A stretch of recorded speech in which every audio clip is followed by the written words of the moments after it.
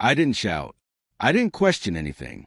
I just stared at the glow of my phone in the dark, reading my mother's message again and again as if she'd rehearsed those lines forever. Sorry, Beta. We won't make it to her birthday. Money is a bit tight this month. Tight.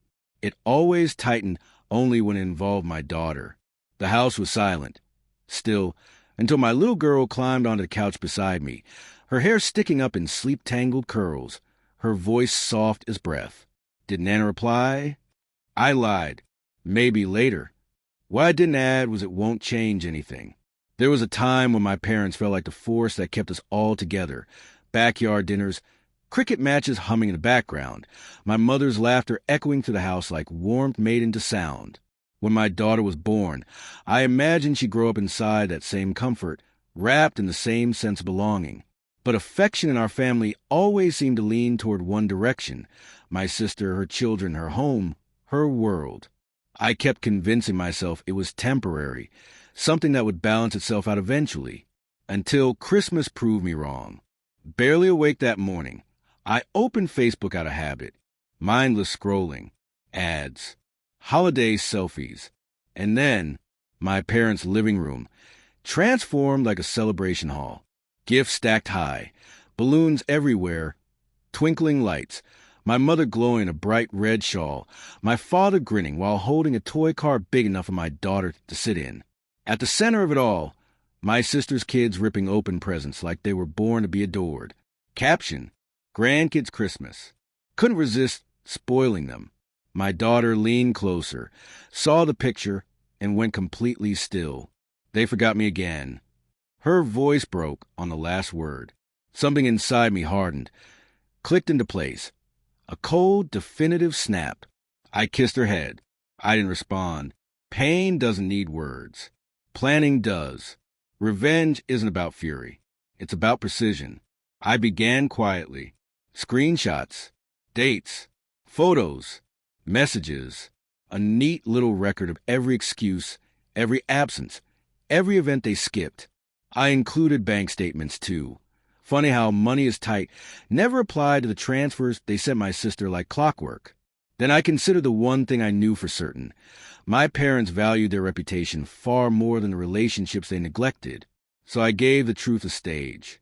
On New Year's Eve, while they were busy uploading more photos of the grandchildren they favored, I posted an album of my own.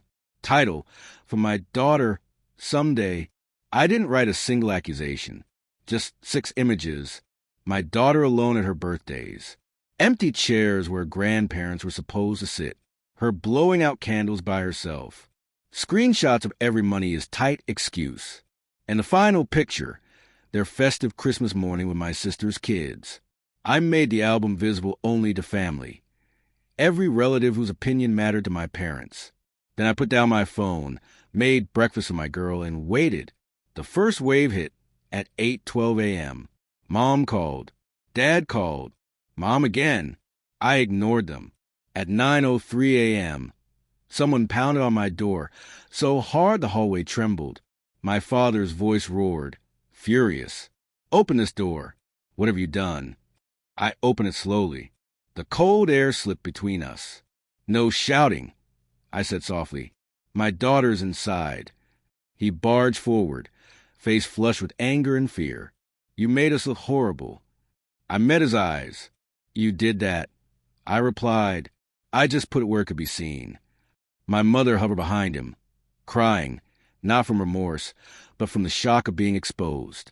My daughter peeked out from behind me, clutching her stuffed toy. Mom reached out instinctively. My girl stepped away. That moment, quiet, sharp, hurt them more deeply than anything I could have said aloud. They tried to defend themselves, reshape the story, blame misunderstandings. Every excuse they offered had a screenshot waiting. Every lie had a date attached. Every tear they shed hit the silence I refused to break. I didn't yell. I didn't ban them. When they ran out of words, I simply closed the door. Soft, final. Later, my daughter curled in my lap and whispered, "Will they come back?" I brushed her hair gently. "Not until they learn how to treat you." She nodded, small but stronger than she knew. And in that moment, I understood Revenge wasn't destroying them. Revenge was claiming her future back.